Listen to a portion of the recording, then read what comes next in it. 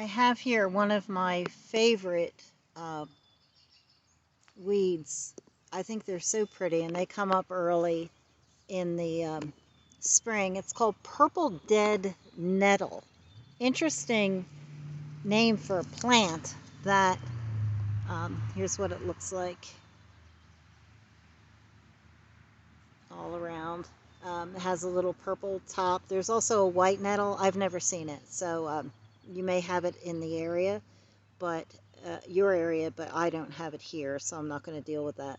But notice that the leaves are right next to each other. They're not staggered, and that it has a square stem. And even though it's named purple dead nettle, it's not a nettle at all. It doesn't sting. It has a nice soft feel to it. It's kind of fuzzy in the leaves, and it comes out with these little tiny purple blossoms. Okay, and let's see. These are pretty mature plants here. They're about a foot high, so if you're identifying them. It's a good little healer, this plant. Again, so sorry for the one-handed Karen here.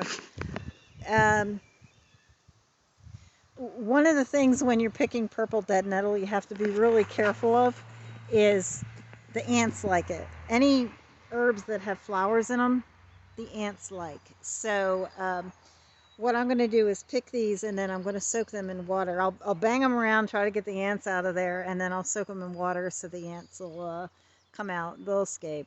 They'll climb out. So purple dead nettle is a good medicinal. You can eat it, although I tend to not like fuzzy food.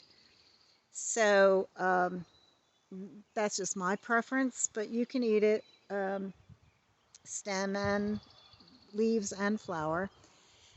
You could stir fry it. That would be more yeah, that word.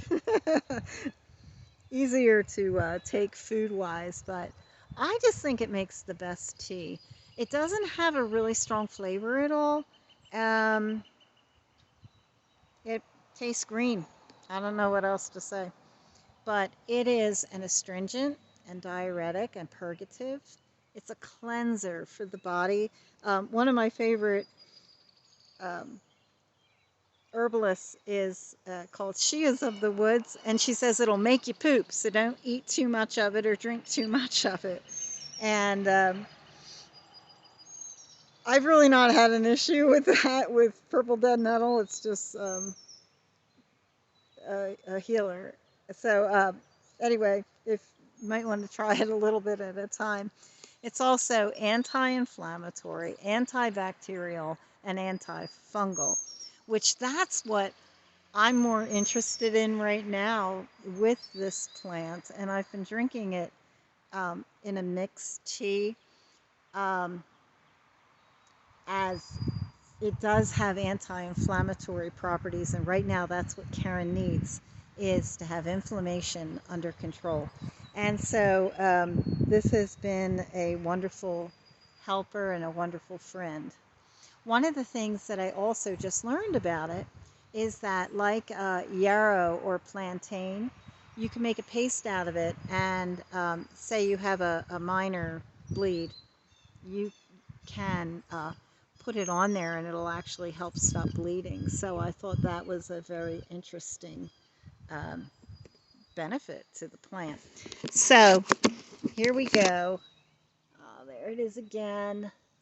Square stems about a foot high at maturity, little purple flowers and purple at the top. There's a tiny little bit of purple at the very bottom. I don't know if you can see that there, of the branch. But purple dead nettle, wonderful friend and ally. Have a good day.